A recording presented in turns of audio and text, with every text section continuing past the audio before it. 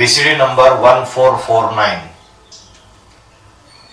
मुरली तारीख 27 अगस्त 1960।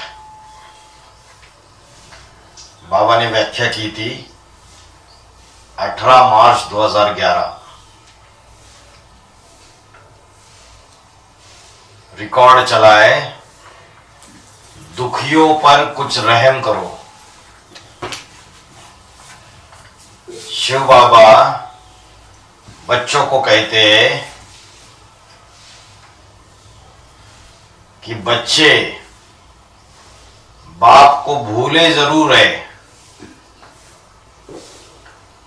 और बरोबर इस शरीर द्वारा जीवात्माओं को समझाते हैं कि ड्रामा अनुसार तुमको भूलना ही है। किसको भूल गए? बाप को भूल गए, और भूलने के कारण ही सब बेगाने बने हैं। पहले पहले तुम बहुत धर्मात्मा थे, अर्थात रिलीजियस थे। तुम्हारा ऊंचा रिलीजन था। सब देवताओं को धर्मात्मा कहा जाता है क्योंकि वह धर्म से ही धर्मात्मा बने हैं। कौन सा धर्म है? आदि सनातन देवी देवता धर्म। और उसकी मुख्य धारणा क्या है? पवित्रता। मैं आत्मा ज्योति बिंदु हूं। धर्म माना धारणा। तो जो सनातन धर्म है उसमें जो देवी देवता बनने वाली आत्मा है वो 100% आत्मिक स्थिति धारण करती है। और जो दूसरे दूसरे बाद में आते हैं, इस्लामी, बौद्धी, क्रिश्चियन, सन्यासी, उनको भी क्या बताया बाबा ने? धर्म है। लेकिन क्या वो 100% आत्मिक स्थिति धारण करते हैं? धारणा तो है। तो सूर्यवंश 100% आत्मिक स्थिति धारण करते हैं। चंद्रवंश उससे थोड़ी कम। कितनी? त्रेता में कितनी कलाएं होती है? 14 कलाएं। 16 कला संपूर्ण माना 100% आत्मिक स्थिति, और 14 कला संपूर्ण मतलब कितना परसेंटेज कम हो गया? 2% हो गया। 2% कम। 100 में से कितना परसेंटेज कम हो गया? 16 के आधे 50% हो गया 8, तो तकरीबन 15% कम हो गया, है ना? तो अगर सूर्यवंशी है उसमें आत्मिक स्थिति 100% है, तो त्रेता युग में आत्मिक स्थिति बन गई 85% अप्रोक्सीमेटली।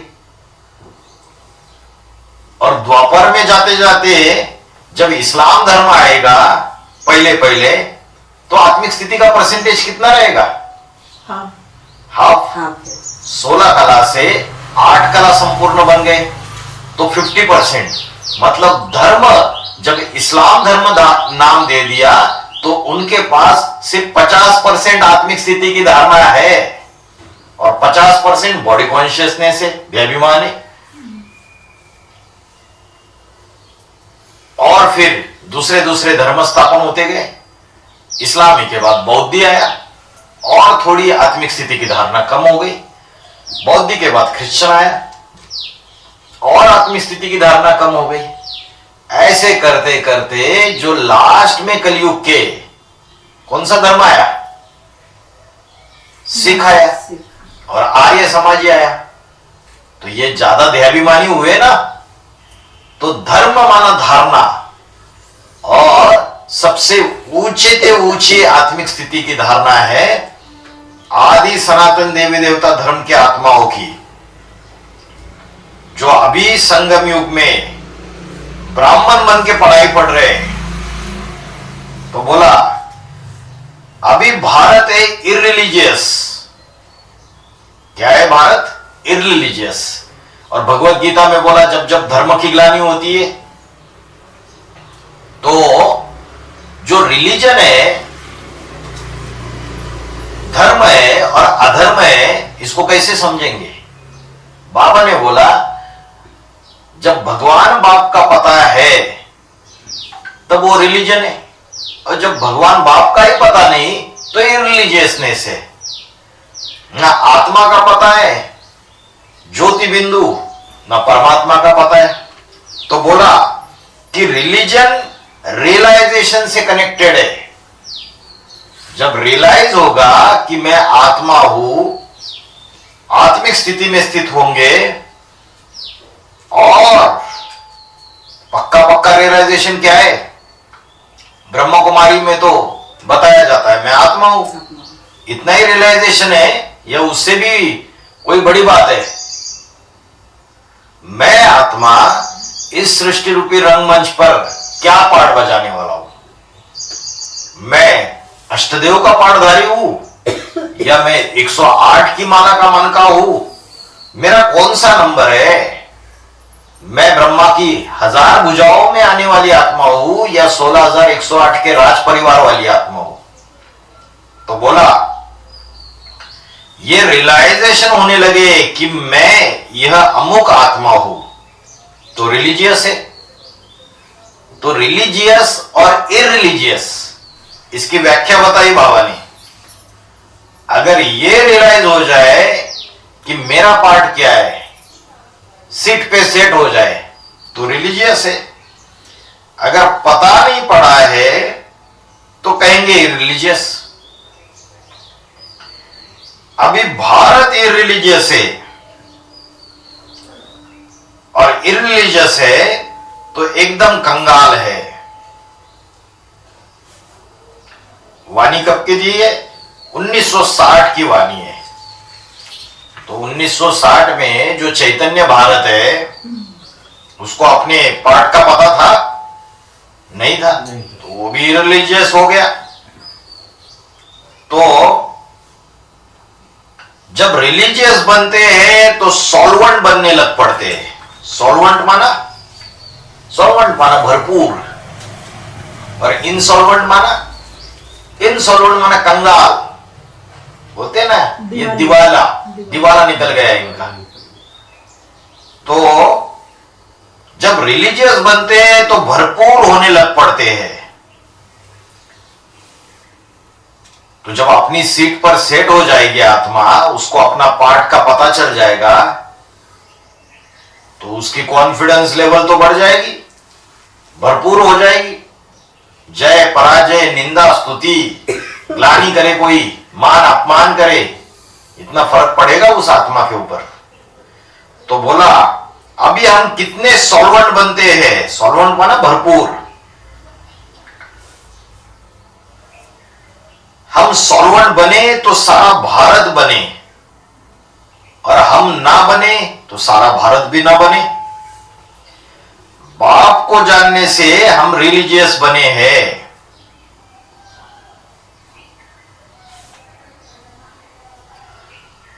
आत्मा का रियलाइजेशन हम कब करते हैं? जब बाप को पहचानते हैं। अगर बाप को ही नहीं पहचाना तो आत्मा का रियलाइजेशन करेंगे? अच्छा, अष्टदेव जो है वो अगर ब्रह्म कुमारीज में होते, पड़े होते, और बाप को ही ना पहचाना होता जो शंकर का पाठधारी है, रुद्र है नंबर 1, तो अष्टदेव अपने आत्मा के पाठ को पहचान पाते? नहीं पहचान पाते। कि बिंदु बाप है करके ब्रह्म कुमारीज में बैठे रहते। तो अष्टदेव वाली आत्मा ने जब बाप को पहचाना तब पुरुषार्थ करके अपने पाठ को पहचाना। अभी जो एडवांस पार्टी में बाप है वो गुप्त हो गया और स्वेच्छा से शरीर भी त्याग दिया। तो जो 108 में आने वाली आत्मा है वो जब तक अपने बाप को ना पहचाने तब तक अपने पाठ को भी रियलाइज ना करे। तो रियलाइजेशन का कनेक्शन बाप की पहचान से। और कौन सा बाप? सन्मुख सामने होना चाहिए या हवा में, जैसे ब्रह्म कुमारियां बोलती है? तो एडवांस पार्टी के अंदर जो अष्टदेव को डायरेक्शन दिया कि 12-12 का ग्रुप तैयार करो, हर एक अष्टदेव की 1000 भुजाएं होगी, उसका परिवार तैयार हो जाएगा। तो जब डायरेक्शन दिया और अष्टदेवों ने नंबरवार अपनी अपनी सेवा करना शुरू किया, अपना अपना संगठन स्थापन करना शुरू कर दिया, तो उनके परिवार के वो बाप हुए या नहीं हुए? हुए। और जब बाप हुए तो जो 108 की माला में आने वाली आत्माएं जब तक अपने ग्रुप के मुखिया को ना पहचाने, अपने बाप को ना पहचाने, अष्टदेव पाणधारी को, तब तक वो अपने सीट पे सेट भी नहीं हो सकता। रियलाइजेशन नहीं हो सकता उसको कि मैं 108 की माला में कौन से नंबर का मन का हूं। अगर यही तय ना करे तो बाबा ने बोला अरे अष्टदेव में एक को तो पकड़ना पड़ेगा, नहीं पकड़ा तो फिर नास्तिकता में जाओ। फिर तो बाप द्वारा हमको आत्मा की पहचान मिलती है। बाप को भूलने के कारण इररिलीजियस बन गए थे। पारलौकिक बाप को जान करके वर्षा लेना है, वह पारलौकिक बाप रिलीजियस बनाने वाला है। तो बाबा आकर के माया की गुलामी से छुड़ाते। किससे छुड़ाते? माया की गुलामी से। ये माया 5 विकारों की भी माया है और चैतन्य माया भी है। आज एडवांस पार्टी में उस माया की छत्र छाया में सारे पल रहे या बाप की छत्र छाया में पल रहे? माया बेटी की छत्र छाया में पल रहे। और माया का काम क्या है? माया का काम है पतित बनाना, बच्चों को बाप से विमुख बनाना। ये माया का काम है। जब ब्रह्म कुमारीज में दादी प्रकाशमणि दादी ने भी यही काम किया, बाप से विमुख बना दिया। और एडवांस पार्टी में जो माया बेटी बैठी हुई है वो भी यही काम कर रही है कि अष्टदेव पाणधारी जो है, जिनके द्वारा पालना का कार्य चल रहा है, उससे बच्चों को विमुख बना रही है।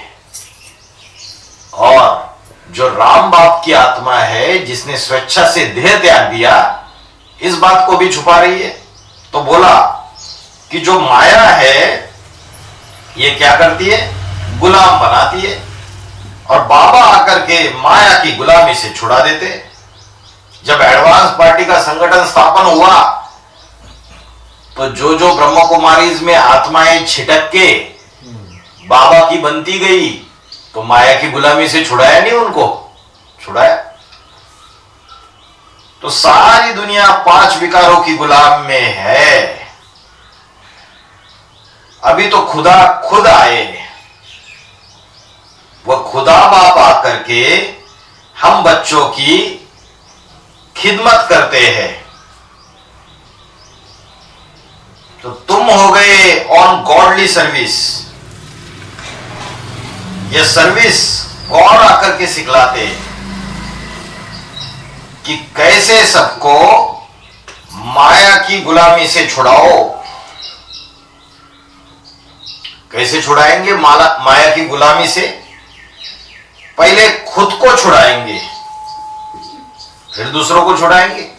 और खुद को छुड़ाने के लिए हम देह नहीं है, हम आत्मा है। दूसरे है फिर क्रिश्चियंस के सॉल्वेशन आर्मी।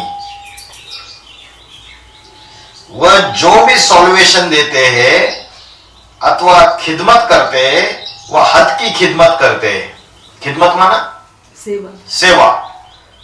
Solvation army.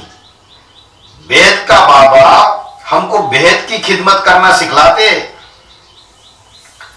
तो हम अलमाइटी अथॉरिटी गॉडली सर्विस पर है। और गॉड खुद आए, वह खुद मालिक है, क्रिएटर है। उनको हम भूल गए, इसलिए अधर्मी बने हैं। तो धर्मी बनाने वाला कौन और अधर्मी बनाने वाला कौन? अधर्मी बनाने वाला है माया रावण,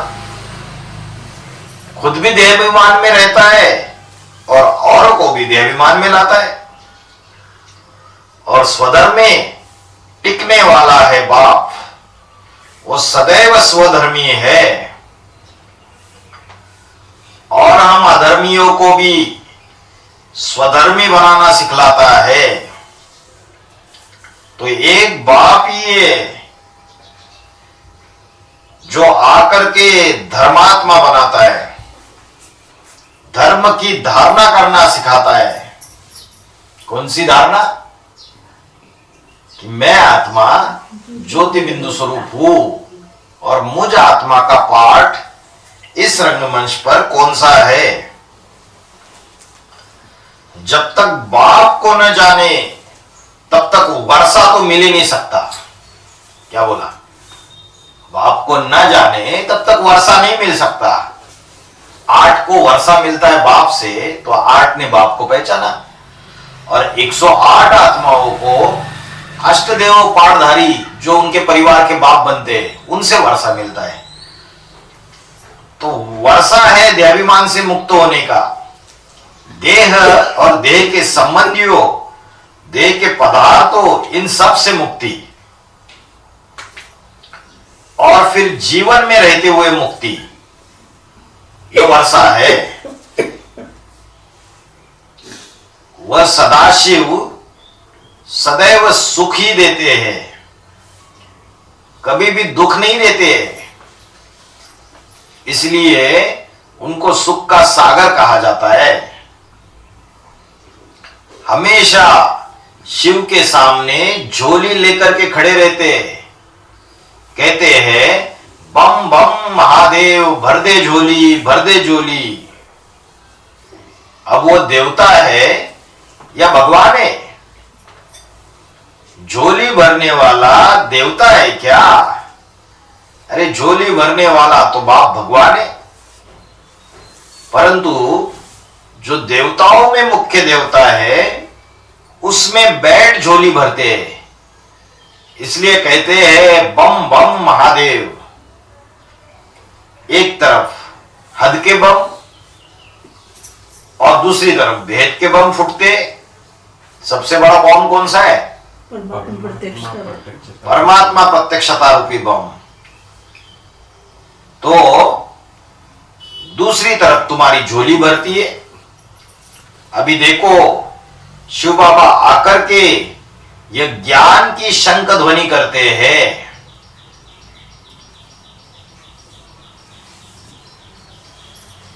महाभारत में कितने महारथी है जो शंख फूकते हैं? 18 महारथी है। कौन सा शंख है ये? ज्ञान का शंख है। गीता के पहला अध्याय में दिया ना, ज्ञान का शंख। और एडवांस पार्टी में समझते, अरे वो भाई ज्ञान क्यों सुनाता है?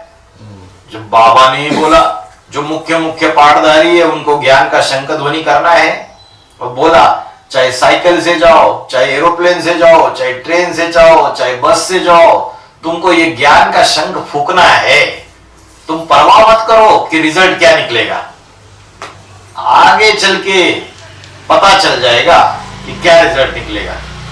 तो तुमको ये ज्ञान का शंख फूकना है। डायरेक्शन दिया खास। और अष्टदेवों के लिए तो और भी खास डायरेक्शन दिया। 8 का धंधा है टॉपिक बनाना, सेमिनार करना और भाषण करना, है ना। तो बोला हम भी जब ये शंख ध्वनि करते तो हम राजा रानी बनते। क्या बोला? हम भी जब ये शंख ध्वनि करते तो हम राजा रानी बनते। तो अष्टदेव तो सिर्फ राजा बनते हैं या राजाओं के भी राजा महाराजा बनते हैं? राजाओं के राजा महाराजा बनते। बाबा भी शंख ध्वनि करते, भी लगा दिया। पहले बोला हम भी जब ये शंख ध्वनि करते तो हम राजा रानी बनते। फिर बोला बाबा भी शंख ध्वनि करते, परंतु वह तो राजा रानी नहीं बनते। अभी देखो अमृतसर की बच्चियां कितनी अच्छी मुरली चलाती है। 1960 में बोल रहे, अमृतसर की बच्चियां कितनी अच्छी मुरली चलाती है, पॉइंट्स धारण करती है, बैरिस्टर लोग, अभी बैरिस्टर के ऊपर आ गए, वकील, बैरिस्टर लोग भी जब कोर्ट में जाते तो झट किताब पर पॉइंट्स नोट करके जाते। तो तुमको भी पॉइंट्स नोट करने चाहिए, फिर तुम भी बैरिस्टर हो। मायावी मनुष्य जो पाप करते रहते हैं उनको बचाते हो। वकील का काम क्या है? जो दुनिया में जो मायावी मनुष्य है, जो पाप करते हैं, उनको बचाने का काम करते हैं वकील लोग। तो बोला तुम भी बैरिस्टर हो। दुनिया में जो भी विषय विकारी मनुष्य है, जो भी पापी बन चुके हैं, तुम उनको उठाते हो, उद्धार करता हो तुम उनके। तो पाप आत्मा से धर्मात्मा बनाना है। तुम तो हो ही गॉडली सैल्वेशन आर्मी, सबको सैल्वेज करते हो। जब स्टीमर डूबता है, स्टीमर होता है सागर में, समुद्र में, तो इंजीनियर लोग सैल्वेज करते हैं, उनको निकालते हैं, बचाते हैं। अभी भारत का बेड़ा डूबा हुआ है, गर्त में गया हुआ है। कौन सा है भारत का बेड़ा? भारत तो चैतन्य भारत है, शरीर रूपी बेड़ा। अच्छा, यहां पे क्या बोला कि सैल्वेशन आर्मी, और किसकी सैल्वेशन आर्मी, किसकी बात बताई? क्रिश्चियंस की। और क्या बताया? जब स्टीमर डूबता है तो सैल्वेज करते हैं। तो अभी एडवांस पार्टी में बाबा गुप्त होने के बाद सबका डूबने का समय चल रहा है या नहीं चल रहा है? बाहर की दुनिया में धंधाधोरी में बुद्धि जा रही है, ज्ञान की तरफ से बुद्धि हट रही है। तो उस समय ये सैल्वेज करते हैं। और अभी बोला भारत का बेड़ा भी डूबा हुआ है। बेड़ा कहा जाता है जहाज को। भक्ति मार्ग में भी गाए ने, शंकर चाप जहाज, जय चढ़ उतरे पार नर, बूढ़त सकल संसार। और सिखों में गाए ने, नानक चाप जहाज। चाप कहो, बेड़ा कहो, जहाज कहो, ये शरीर रूपी बेड़ा है। वह विषय वैतरणी नदी को हो या विषय सागर को हो, उसमें डूबा हुआ है ये जहाज। कहा भी जाता है आकाश और पाताल, लंका पाताल में नीचे चली गई और द्वारिका ऊपर निकल आई। तो यह ड्रामा का अनादि चक्र है। अब ये रावणपुरी नीचे चली जावेगी, पाताल में चली जावेगी। अब इस डूबी हुई बेड़े को तुम सत्यनारायण की कथा से सैल्वेज करते हो। तुम सच्ची सच्ची सत्यनारायण की कथा सुनाते हो। दुनिया वाले जो सत्यनारायण की कथा हर साल में एक बार श्रावण मास में घर में करते हैं। महाराष्ट्र में तो घर घर होता है ना, हर महीने। तो ये जो कथा कराते हैं ये सच्ची सत्यनारायण की कथा है। उनको पता है कि कौन नर से नारायण बनता है। वो जो कथा जो बताते हैं वो कौन सी है? लकड़ बग्गा, लक्कड़हारा। तो वो जो कथा बताते हैं वो सच्ची सच्ची सत्यनारायण की कथा नहीं है। तुम सच्ची सच्ची सत्यनारायण की कथा सुनाते हो। इस कथा को सुनने से फिर तुमको प्रसाद देखो कितना ऊंचा मिलता है। आधा कल्प के लिए तुम सदा प्रसन्न चित्त हो जाते हो, डबल सिरताज बन जाते हो। डबल ताज कौन सा है? पवित्रता का। एक है पवित्रता का ताज और दूसरा ईश्वरीय सेवा की जिम्मेवारी का ताज। तो अभी जो जितनी ईश्वरीय सेवा की जिम्मेवारी उठाएगा उतना बड़ा राजा बनेगा, ताजधारी, है ना। अभी समय बहुत कम है तो तुम डबल सिरताज बन जाते हो। तो अब तुम बच्चों को यह सेवा करनी है। देखो वह लोग कितनी कॉन्फ्रेंस आदि करते हैं। जब बेसिक नॉलेज में बीके में बहुत कॉन्फ्रेंस आदि करते हैं। अभी तो एडवांस ज्ञान में हम हायर अथॉरिटी हो गए। अब हमारी बुद्धि में आया है कि बाप कोई दुनिया वालों के लिए नहीं बोलते, हम ब्राह्मणों की दुनिया के लिए बोलते हैं। भेद का बाप भेद के बच्चों से भेद की बातें करता है। तो इसी ब्राह्मणों की दुनिया में विदेशी और स्वदेशी धर्मों के बीज रूप और आधारभूत आत्माएं बैठी हुई है। बाबा जब बोलते हैं, क्रिश्चियंस लोग कहते हैं God father is liberator and guide. हम मुरली सुनते रहते हैं, हमको लगता है बाबा बाहर के क्रिश्चियंस के लिए बोल रहे हैं। अरे बाबा भेद का बाप भेद के बच्चों से भेद की बातें करता है। उन क्रिश्चियंस की भी शूटिंग करने वाले कोई आधार मूर्तों में भी रहेंगे बीके में, कोई बीजरूप ब्राह्मणों की दुनिया में भी रहेंगे पीबीके में, और जो बीज में रहेंगे उनके भी कोई पूर्वज रहेंगे अष्टदेव। भले वो पक्के सूर्यवंशी है, लेकिन उनको एक एक दिशा मिली हुई है। 700-800 करोड़ की दुनिया का उद्धार करना है ना बाप को, तो बाप बोलता है मैं 8 को अपॉइंट कर दिया। उसको बोला तू ये दिशा संभाल, दूसरे को बोला तू पश्चिम संभाल, किसी को बोला पूर्व संभाल, किसी को बोला दक्षिण संभाल। तो आपको उस दिशा को राइटियस बनाना है, उनका उद्धार करना है। इसलिए बोला क्रिश्चियन धर्म का पूर्वज, इस्लाम धर्म का पूर्वज। इसका मतलब वो इस्लामी है, क्रिश्चियन है, ऐसी बात नहीं। उस क्रिश्चियनिटी को जो 300, 350, 400 करोड़ आज दुनिया में है, उनका सबका उद्धार करता है। पक्के पक्के सूर्यवंशी बच्चे हैं अष्टदेव। तो बोला कि यहां सारे बीज बैठे हुए हैं। तो बाबा तो भेद की बात करते हैं।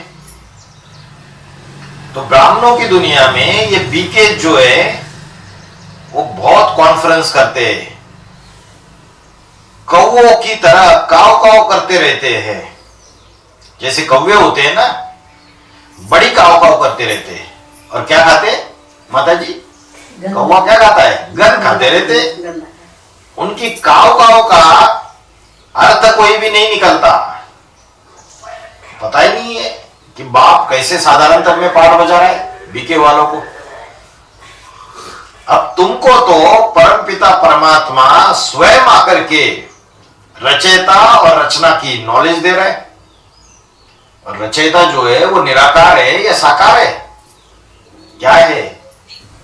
साकार है। बिना साकार रचयिता होके रचना बनेगी? तो रचयिता जरूर साकार रहेगा और रचना भी जरूर साकार होगी। निराकार बाप आकर के जरूर कोई साकार में बैठ रचयिता की नॉलेज देते हैं। और उसकी फर्स्ट क्लास रचना है। कौन है? कृष्ण बच्चा, सतयुग का पहला प्रिंस, सर्वगुण संपन्न, संपूर्ण अहिंसक, मर्यादा पुरुषोत्तम श्री कृष्ण। और श्री कृष्ण का रचयिता कौन? शिव ज्योति बिंदु। वो तो रचयिता बनता ही नहीं है। वो जिसमें प्रवेश करता है, राम की आत्मा का जो शरीर है, उसको आप समान बनाता है, उस राम की आत्मा को।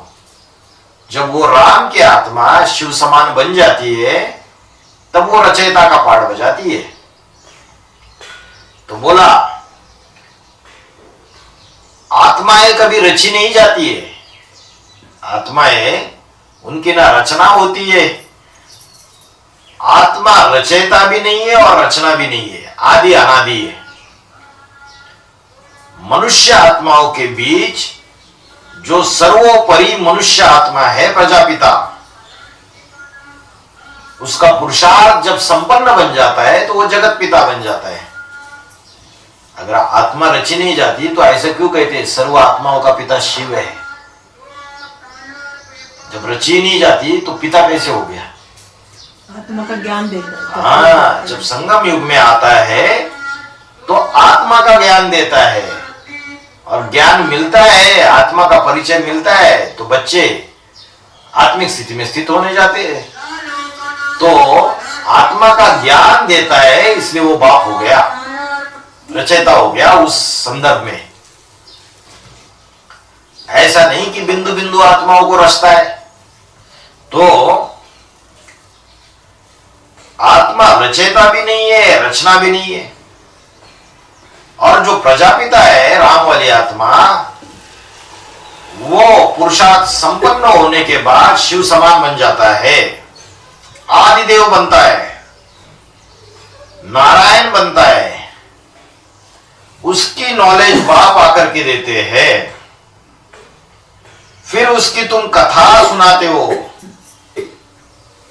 उस सत्यनारायण की कथा सुनाते हो, जिस कथा से हम सदा के लिए सुखी बन जाते हैं। झूठी कथा सुनते सुनते दुखी हो गए। लीलावती, कलावती, लकड़बग्गा, लकड़हारा की बातें सुनते रहे, सत्यनारायण की कोई बात सुनी नहीं। तो झूठी कथा सुनने से हम बहुत दुखी हो गए। अभी बाप आकर के तुम्हें सच्ची सत्यनारायण की कथा सुनाते हैं। कहते हैं, बच्चे आयुष्मान भव, पुत्रवान भव, सदा सुखी भव। और वो भी एक जन्म के लिए नहीं, कितने जन्मों के लिए? 21 जन्मों के लिए सदा सुखी भव। एक सेकंड के लिए भी दुख नहीं भासेगा। कोई मनुष्य कभी ऐसे आशीर्वाद नहीं कर सकता। जो आशीर्वाद सदा काल का हो, अल्पकाल का ना हो। जो पति अपन को भगवान कहलाते, दुनियाई जो पति होते, वह भी आशीर्वाद करते, धनवान भव, पुत्रवान भव। अब वास्तव में यह आशीर्वाद तो एक भगवान ही दे सकता है। मनुष्य फिर अपन को भगवान समझकर आशीर्वाद देते हैं। हम जानते वह आशीर्वाद नहीं देते, आशीर्वाद के बदले और ही शाप देते रहते।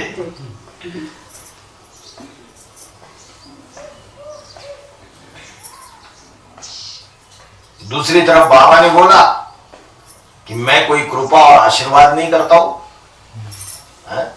क्योंकि बाबा तो सिर्फ ज्ञान देता है और बच्चे खुद ही अपने ऊपर कृपा करते हैं।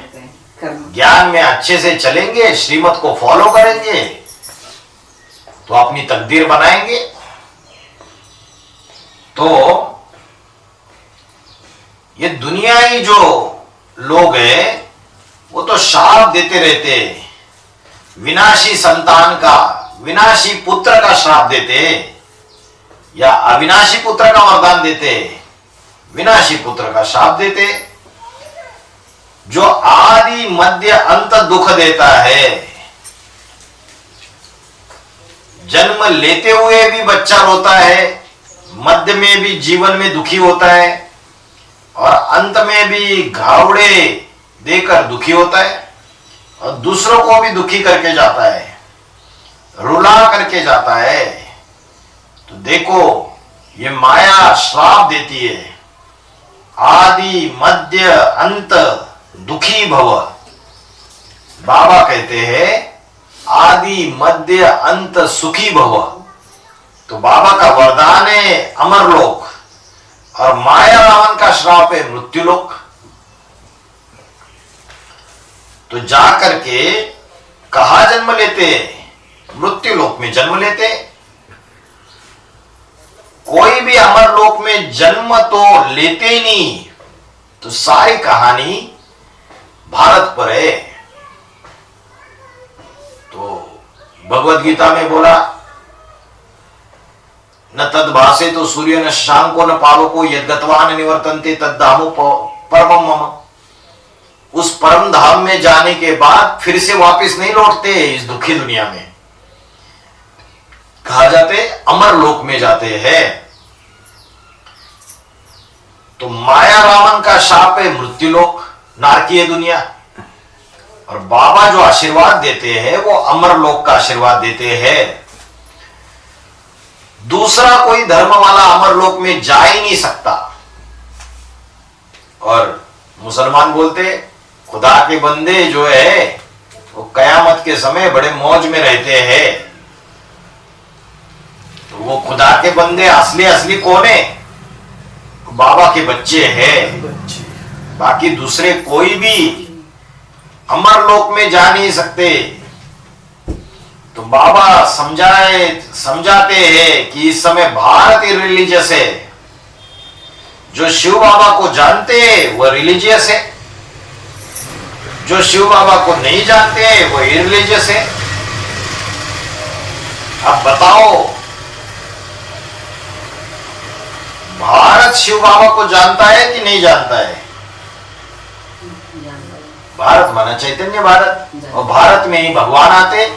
उस चैतन्य पुरुष जो राम वाली आत्मा का शरीर है उसमें ही भगवान आते। तो 1960 में जब वाणी चल रही थी उस समय तो इररिलीजियस था, क्योंकि ज्ञान में नहीं आई थी राम वाली आत्मा। तो बाप इमर्ज करके सुनाते हैं। तो अभी 2011 में जब बाबा ने क्लैरिफिकेशन दिया तो पूछा, अभी भारत रिलीजियस है या इररिलीजियस है? भारत भगवान को जानता है या नहीं जानता है? तो पूछो, जिस भारत में भगवान आते उससे पूछो भगवान कौन है, तो क्या बताएगा? अरे परिचय देगा कि नहीं देगा? डायरेक्ट परिचय देगा कि इनडायरेक्ट परिचय देगा? जब 2011 में क्लैरिफिकेशन चला तब चैतन्य भारत की जो आत्मा है उसको भगवान का पता था या नहीं था? था। और 1960 में जब ब्रह्मा के मुख से वाणी चली तब तो राम वाली आत्मा तो ज्ञान में भी नहीं थी, तो उसको भगवान पाठधारी का पता नहीं था। तो बोला सच्चा बोलेगा, भारत इस समय इररिलीजियस है। देखो, शिमले से निमंत्रण आया था, व्हाट इज रिलीजन, धर्म क्या है, इस पर जाकर के समझाओ। अब वहां तो अनेक धर्म वाले होंगे समझाने वाले, क्योंकि हर एक धर्म वाले अपने अपने धर्म की महिमा करते हैं। अपने ही मुख से अपनी महिमा करेंगे क्या? जो अपने मुख से अपनी महिमा करता है वो रिलीजियस हुआ या इररिलीजियस हुआ? इररिलीजियस हो गया। हम तो महिमा करते हैं उस पारलौकिक परमपिता परमात्मा की, जो आकर के धर्मात्मा देवी देवता बनाते हैं। माया फिर आकर के उन देवी देवताओं को असुर बना देती है। गॉड रिलीजियस बनाते हैं और माया रावण इररिलीजियस बनाता है। यह अंग्रेजी अक्षर बहुत अच्छे अच्छे क्लियर है। रिलीजन, रिलीजियस, इररिलीजियस और रियलाइजेशन। आत्मा के रियलाइजेशन को ही धर्म की धारणा कहते हैं। जब आत्मा को अपना पार्ट पता चले, रियलाइज हो जाए, तो वही धर्म की धारणा है। जैसे इनकॉर्पोरियल वर्ल्ड मतलब क्या? निराकार। हाँ, कॉर्पोरियल वर्ल्ड माना साकार पृथ्वी, ये दुनिया, और इनकॉर्पोरियल वर्ल्ड माना निराकारी दुनिया। हम आत्माएं निराकारी दुनिया की रहने वाली है। ये तो साकारी दुनिया है। साकार शरीर भी रहते हैं और उन शरीरों में आत्मा भी रहती है। तो साकारी और निराकारी दोनों को मिला करके कहते हैं ब्रह्मांड। और हम आत्माएं अंडे मिसल है। मराठी में क्या बोलते हैं?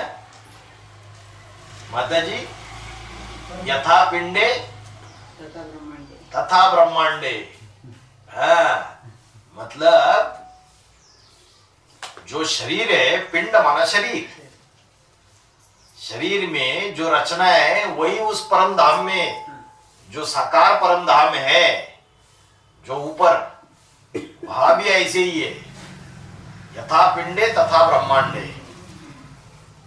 और इस शरीर में जैसे आत्मा बैठी हुई है, तो जो ब्रह्मांड है,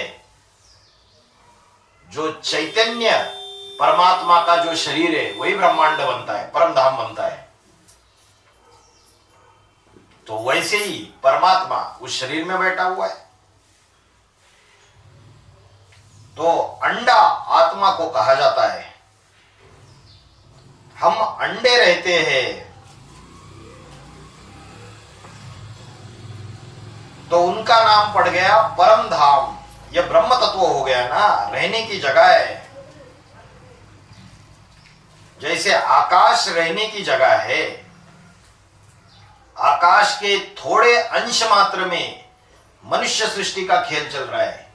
बोलते हैं ना आकाश गंगा है, और उस आकाश गंगा में एक है मिल्की वे, और उस मिल्की वे में पृथ्वी, सूरज, चांद, अलग अलग ग्रह ढेर सारे, और सूरज, चांद और अलग अलग जो ग्रह उपग्रह सारे हैं, उनमें पृथ्वी एक छोटा सा ग्रह है, और उस पृथ्वी में मनुष्य सृष्टि है, ऐसा कहते हैं। तो बोला जैसे आकाश में रहने की जगह है, वैसे ब्रह्म महत्त्व को भी बहुत जगह है। उनके अंश मात्र में हम आत्माएं रहती है। जब राम वाली आत्मा 100% परमधामी स्टेज धारण करके अंत में भगवान के रूप में प्रत्यक्ष हो जाएगी, तो दुनिया की सारी आत्माएं उसमें समा जाएगी। जड़ जंगम, चैतन्य और जड़, सारे चराचर। इसलिए बोला सर्वभूतानि कौन्तेय प्रकृतिं यान्ति मामिकाम्। सर्वभूतानि मतलब सारे प्राणी मात्र मेरी प्रकृति, प्रकृतिम यान्ति मामिका, मेरी प्रकृति को पाते हैं। वो जिस प्रकृति माना उसका शरीर, दो प्रकृति है, परा प्रकृति और अपरा प्रकृति। परा प्रकृति माना आत्म भाव वाली, ज्ञानेन्द्रियों वाली, और अपरा प्रकृति माना ध्यभिभाव वाली, ध्यभिमान वाली, कर्मेंद्रिय वाली। तो क्या बोला, सर्वभूतानि कौन्तेय प्रकृतिम यान्ति मामिकाम कल्पक्षय पुनस्तानि कल्पादो विसृजाम्यहम्। कल्प के अंत में वो मेरे को प्राप्त होते, पुनस्तानि कल्पादो विसृजाम्यहम्। और जब कल्प का आदि हो जाता है, जब 1936-37 में विनाश हो जाएगा, तो सारी आत्माएं उसको प्राप्त होगी, और फिर रिलीज हो जाएगी आत्माएं अपना अपना। सारे मतलब 9 लाख। हाँ, 9 लाख। बाबा ने बोला जो 4.5 लाख आत्माएं, उनको स्थूल या 9 लाख आत्माओं को स्थूल परम धाम जाने की दरकार नहीं है। उनके लिए तो यही परम धाम है, उसका चैतन्य शरीर, वही परम धामी अवस्था बनते, उसको ही प्राप्त होते हैं। तो शरीर तो बर्फ में दबे रहेंगे, और आत्मा ऐसी उसकी याद में तल्लीन होके उस परमधामी स्टेज वाले के चैतन्य परमात्मा के स्वरूप में समा जाएगी। शरीर बर्फ में दबा होके शरीर रिजुनवेट होता जाएगा। शरीर जो है सड़ा हुआ, जो बीमार धीमार, वो कंचन काया में परिवर्तित होगा धीरे धीरे। और फिर बाद में उस शरीर का जब परिवर्तन होगा, तो फिर से कल्पादो विसृजाम्यहम्, कल्प के आदि में मैं उन आत्माओं को फिर से छोड़ देता हूं। वह आत्मा फिर से परमधामी स्टेज से थोड़ी सी नीचे आ जाएगी, तो देह का हल्का सा भान आ जाएगा, देह को लेकर विचरण करना चालू करेगी, बर्फ से बाहर आएगी। समझ रहा है? तो बोला आकाश तो बहुत बड़ा है, जैसे ब्रह्म महत्त्व को भी बहुत जगह है, उनके अंश मात्र में हम आत्माएं रहती है। वह है निराकारी दुनिया और यह है साकारी दुनिया। तो इसके लिए कहा जाता है वर्ल्ड की हिस्ट्री ज्योग्राफी रिपीट हो रही है। यह साकारी दुनिया का ही हिसाब किताब निकाला जाता है। वर्ल्ड की हिस्ट्री ज्योग्राफी रिपीट। ऐसे नहीं कहेंगे कि सूक्ष्म दुनिया अथवा मूल वतन की आयु कितनी है। वहां तो कोई आयु होती ही नहीं है, टाइम ही नहीं होता है। जैसे सुषुप्ति है, 3 अवस्थाएं। कौन सी 3 अवस्थाएं? एक तो सुषुप्ति अवस्था, दूसरी स्वप्न, स्वप्न अवस्था आकारी, और तीसरी जागृत, जागृत अवस्था साकारी। सुषुप्त अवस्था माना निराकारी स्टेज। रात को जब 9:30 बजे सो जाते, 9:30-10 बजे, तो पहले 2-3 घंटा गहरी निद्रा होती है, वो सुषुप्त अवस्था है। उसके बाद स्वप्न आना चालू हो जाते, वो आकारी अवस्था है। और उसके बाद उठ जाते, वो जागृत अवस्था है, जागृति माता। तो मनुष्य गहरी नींद में सो जाता है। तो बोला वो मूल वतन जो है उसमें तो सुषुप्त अवस्था है, जड़वत है आत्मा। तो वहां तो टाइम की कोई बात ही नहीं है। तो उठेगा बिना घड़ी देखे, कितना सोया ये पता चलेगा? नहीं पता चल सकता। परमधाम में आत्मा पड़ी रहेगी। जब आत्मा नीचे उतरेगी, समझो कोई आत्मा का जन्म द्वापर युग में और कलयुग में हो गया, समझो किसी का द्वापर में हुआ, किसी का कलयुग, तो उसको पता है मैं कितना समय ऊपर पड़ा था? पता ही नहीं है। टाइम का पता ही तब चलेगा जब इस साकारी दुनिया में आएगा, तब समय का पता चलेगा। तो मनुष्य की भी 3 अवस्थाएं है, जागृत अवस्था, स्वप्न अवस्था और सुषुप्ति अवस्था। बाकी सृष्टि का चक्र तो फिरना ही है, काल फिरता ही रहता है। यह सूक्ष्म वतन मूल वतन में कुछ फिरता है क्या?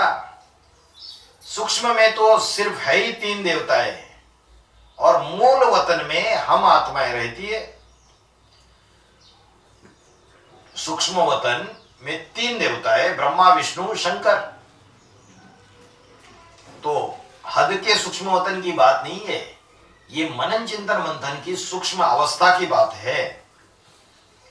सतयुग से त्रेता, द्वापर, कलयुग और फिर सतयुग। मूल वतन या सूक्ष्म वतन में सतयुग, त्रेता आदि थोड़ी है ना। वर्ल्ड की हिस्ट्री ज्योग्राफी तो यहां इस साकार दुनिया में ही है। सूर्यवंशी देवता सतयुग में बेहद का राज्य करते थे, फिर त्रेता में आए, वहां भी वर्ल्ड ऑलमाइटी अथॉरिटी, सॉवरेंटी है। हिस्ट्री ज्योग्राफी जो है वो ह्यूमैनिटी में है। आज बाबा बहुत अंग्रेजी शब्दों का यूज कर रहे। अभी बाबा के बच्चे तो भाई सीधी सादी माता है, और बाबा आज अंग्रेजी की भरमार कर रहे हैं पूरी तरीके से। स्वर्ग को कहते हैं डिटिज्म। डिटिज्म माना देवता, जहां देवताएं रहते हैं, देवता धर्म है। सूक्ष्म वतन वालों को डिटिज्म नहीं कहेंगे, वह ना देवता है ना मनुष्य है, वह तो है ही सूक्ष्म देवता। जैसे ब्रह्म कुमारीज में जो आत्माएं शरीर छोड़ के जा रही है, वो क्या है? सूक्ष्म शरीरधारी है। तो उनको ना देवता कहेंगे ना मनुष्य कहेंगे, फरिश्ता है कह सकते हैं। इसलिए बाबा ने बोला वो तो है ही सूक्ष्म देवता है, इंस्पिरेटिंग पार्टी। उसमें अच्छी आत्माएं भी है, जिनसे स्थापना, पालना और विनाश कराते हैं। क्या बोला? उन सूक्ष्म देवताओं से स्थापना भी कराते, पालना भी कराते और विनाश भी कराते। जैसे ब्रह्मा, ओम राधे मम्मा जैसी जो आत्मा है, वह आज भी यज्ञ में स्थापना का कार्य कर रही है, नहीं कर रही है? कर रही है प्रवेश करके।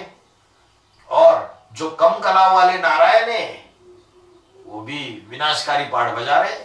नंबरवार अष्टदेव में प्रवेश करके त्रिमूर्ति का पाठ अष्टदेव भी बजाते, बताया ना कैसे बजाते। जो कम कला वाले नारायण है वो प्रवेश कर रहे।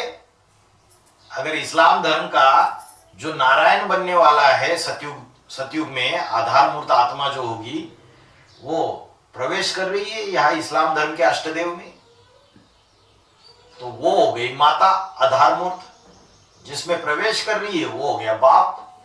तो माता क्या करती है? पालना का काम करती है, और बाप जो होता है वो तो परिवार को क्रिएट करता है, बीज बो के धरनी में उससे क्रिएशन करता है, नई रचना रचता है। तो स्थापना, पालना और विनाश, विनाश का काम कौन करेगा फिर बताओ? जो सूक्ष्म बीज है क्राइस्ट वाली आत्मा या इब्राहिम वाली आत्मा जो ऊपर से प्रवेश करती है, वो आत्मा का भी कनेक्शन है, वो विनाश का पहाड़ बजाएगी। तो बोला अष्टदेव जो है वो भी त्रिमूर्ति के रूप में प्रत्यक्ष होते हैं।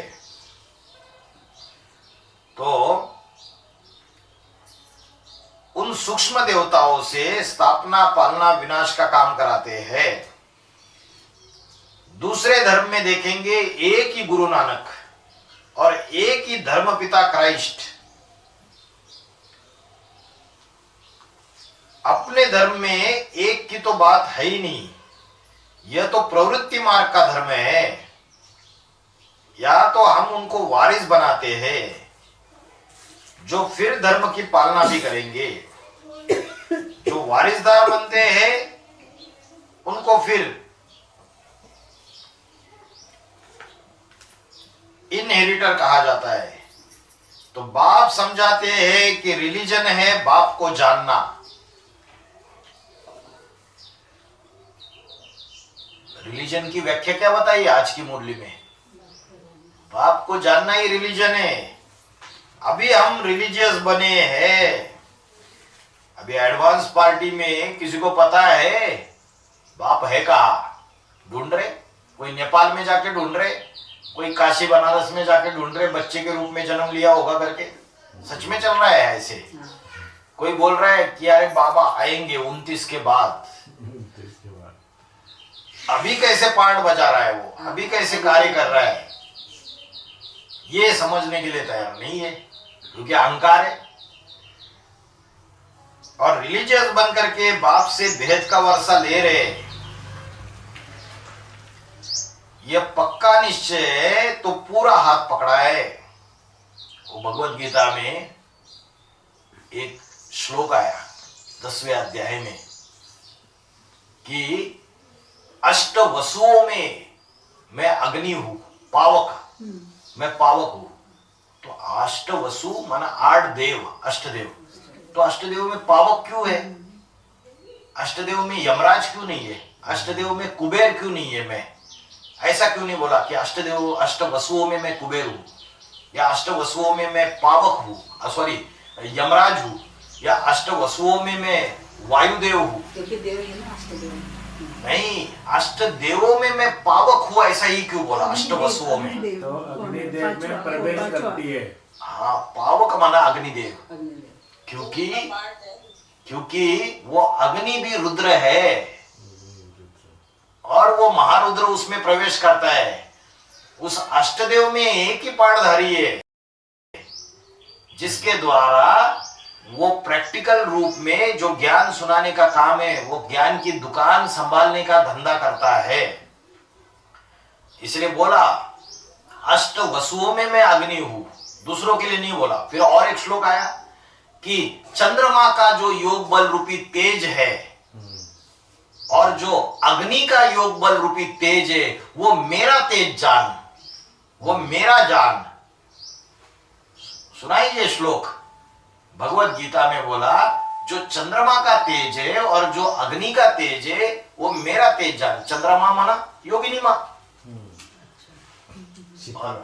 अग्नि माना 5वें नंबर का पूर्वज। तो उसमें जो योग बल रूपी तेज है वो मेरा जान। क्यों बोला मेरा जान? इसलिए बोला क्योंकि वो प्रवेश करके कार्य करता है, ये तो निमित्त मात्र है। तो उनके अंदर जो तेज है योग बल रूपी, वो मेरा तेज जान। यहोवा जो ये यहूदी होते हैं वो भी अग्नि को ही मानते हैं ना, यहोवा। हाँ यहोवा हाँ, यहूदी लोग, जो यहूदी लोग हैं वो भी अग्नि की पूजा करते हैं। मंगोलियन भी करते हैं अग्नि की पूजा, अग्नि को ही मानते हैं। तो बोला कि अभी हम रिलीजियस बने और रिलीजियस बन करके बाप से भेद का वर्षा ले रहे हैं, ये पक्का निश्चय है तो पूरा हाथ पकड़ा है। अगर हाथ छोड़ा तो लकीर लग जाएगी। क्या लकीर लग जाएगी? तकदीर पे लिखा है। तकदीर पे लकीर लग जाएगी। 108 की माला का दाना बनने वाले थे लेकिन नहीं बनेंगे अगर हाथ छोड़ा तो। अगर हाथ छोड़ा तो। अभी जो अष्टदेवों के द्वारा बाप कार्य कर रहा है उसका भी हाथ पकड़ना पड़ेगा उस अष्टदेव पाठधारी को। अगर छोड़ा तो लकीर लग जाएगी। अभी हम ब्राह्मण तो बहुत उच्च धर्म के हैं, परंतु यह घराना छोटा है। बाबा आकर के ब्राह्मण धर्म स्थापन करते हैं। पहले पहले ब्राह्मण धर्म स्थापन करते हैं और ब्राह्मण धर्म स्थापन करने में 40 से 50 वर्ष लगते होंगे। तो बड़ा इम्तिहान है। बाबा रिलीजन पर क्यों समझा रहे हैं? क्योंकि शिमले से जो विकास आया हुआ है, शिमला हिमाचल प्रदेश में शिमला है, उनको समझाना है कि गॉड को मानने से ही हम रिलीजियस बनते हैं। रिलीजन से हम प्योर रहते हैं। रिलीजन है तो प्योर है, इररिलीजियस है तो इम्प्योरिटी आती है। रिलीजियस है माना हम रचयिता और रचना का रियलाइजेशन है, आत्मा और परमात्मा का रियलाइजेशन है, जानकारी है। और जानकारी है तो हम प्योर है। तो सबसे सच्ची सच्ची पवित्रता कौन सी है? असली पवित्रता कौन सी है? एक शिव बाबा, दूसरा न कोई। बाबा ने बोला ये नंबर 1 पवित्रता है, एक शिव बाबा, दूसरा न कोई। और शिव है निराकार और बाबा है साकार, दोनों का मेल है ना। अभी वो शिव बाबा तो सामने है नहीं, जो साकार रथ था उसने तो स्वेच्छा से देह त्याग दिया। तो अभी शिव बाबा कौन फिर? राम की आत्मा शिव समान बन जाती है 18-19 में, पुरुषार्थ करके संपन्न बन जाती है। तो वो राम की आत्मा जो शिव समान बन गई, वो अष्टदेव में प्रवेश करके पाठ बजा रही है। तो बोला अगर जानकारी है तो हम प्योर है, तो ये पवित्रता हो गई। लोग समझते हैं कि जो हद की पवित्रता है वही पवित्रता, बड़ी पवित्रता है। सबसे बड़ी पवित्रता है कि बाप की जानकारी, बाप की पहचान। क्योंकि परमपिता परमात्मा है एवर प्योर, तो वो क्या बनाएगा? वो भी प्योर ही बनाएगा, पीस एंड प्रॉस्पेरिटी देगा। भारत रिलीजियस था तो बड़ा मालामाल था, अभी इररिलीजियस है तो कंगाल है। जब स्पीच करते हैं, भाषण देते हैं, तो कोई पहले लिखते हैं फिर स्पीच करते हैं। तुमको भी स्पीच करनी है तो पहले अंदर में लिखना चाहिए, फिर लिख करके उसको करेक्शन करना चाहिए, दिल पर याद कर लेना चाहिए, फिर बोलना है। ऐसे ऐसे तुम्हारी पॉइंट्स की किताब होनी चाहिए। बोला पहले जब हम इररिलीजियस थे तो हम बाबा को भूले हुए थे, अभी हमने बाबा को जाना है तो हमारी आत्मा गदगद हो जाती है। ऐसे बाबा को अगर फिर भूला तो माया एकदम कच्ची खा जाएगी। माया क्या? हिंसक प्राणी है जो कच्ची खा जाएगी। इस आसुरी संसार में 5 अजगर बैठे हुए, ये 5 अजगर कच्चा खा जाएंगे, फिर ट्रेटर बन पड़ते। काम क्रोध लोभ मोह अहंकार वाले अजगर। तो ऐसे ट्रेटर बनने वालों को फिर सजा भी बहुत मिलती है। ट्रेटर माना गद्दार, धोखा देने वाले। ट्रेटर माना जो विरोधी बन जाते हैं, वो फिर बुराइयां करते हैं। इसलिए तुम बच्चों को वहां खास ट्रिब्यूनल बैठती है, क्योंकि हम और तुम बहुत बड़े बाबा के बच्चे हैं।